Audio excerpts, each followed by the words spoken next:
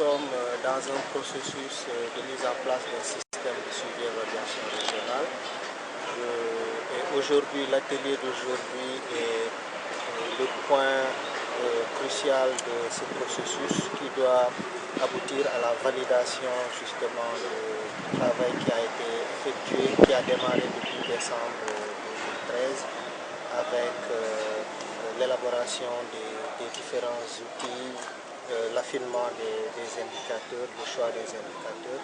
Et aujourd'hui, nous allons partager ce travail avec l'ensemble des partenaires techniques et financiers, l'ensemble des sectoriels et également les responsables de projets programmes, mais aussi les collectivités locales. Les objectifs, comme je l'ai dit, c'est de mettre en place un système de suivi et évaluation régionale qui nous permette au niveau du territoire de la région, mais également au niveau de chaque département et de chaque collectivité locale, de pouvoir disposer d'une information fiable sur le développement économique et social de la région des Ziguinchor. Nous avons constaté qu'il manque beaucoup de données sur le suivi des processus de développement. Nous avons au niveau national des données globalisées, mais au niveau local, ces données globalisées, ces données agrégées ne sont pas très souvent désagrégées au niveau local.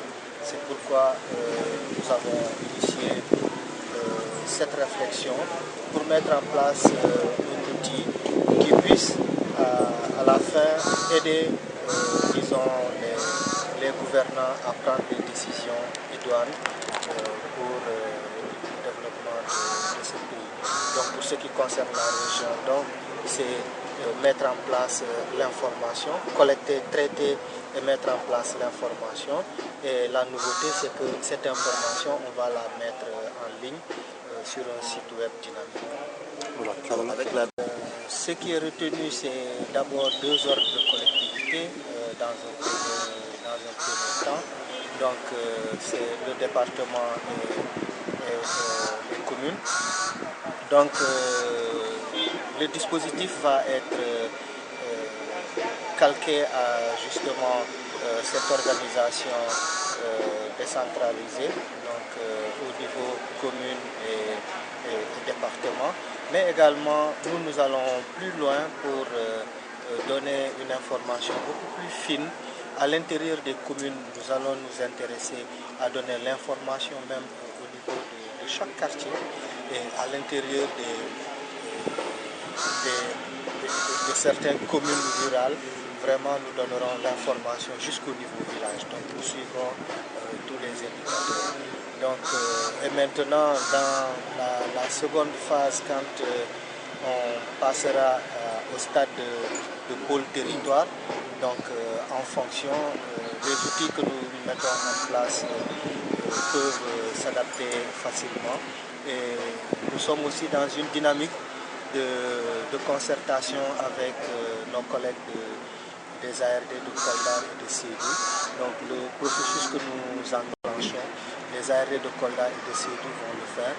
Donc ce qui fait qu'au moment de l'érection du pôle territoire, ça va être très facile de mutualiser ces données et de passer rapidement à un système d'information territoriale sur l'étendue de la région de Casamance. Donc nous avons travaillé dans cette perspective-là et les dispositions sont déjà prises.